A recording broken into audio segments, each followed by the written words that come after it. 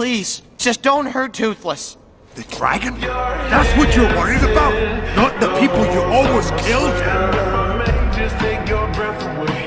I don't mind if there's not much to say. Sometimes the silence guides the mind. You're not a to move Viking. to a place so far away. You're not my son.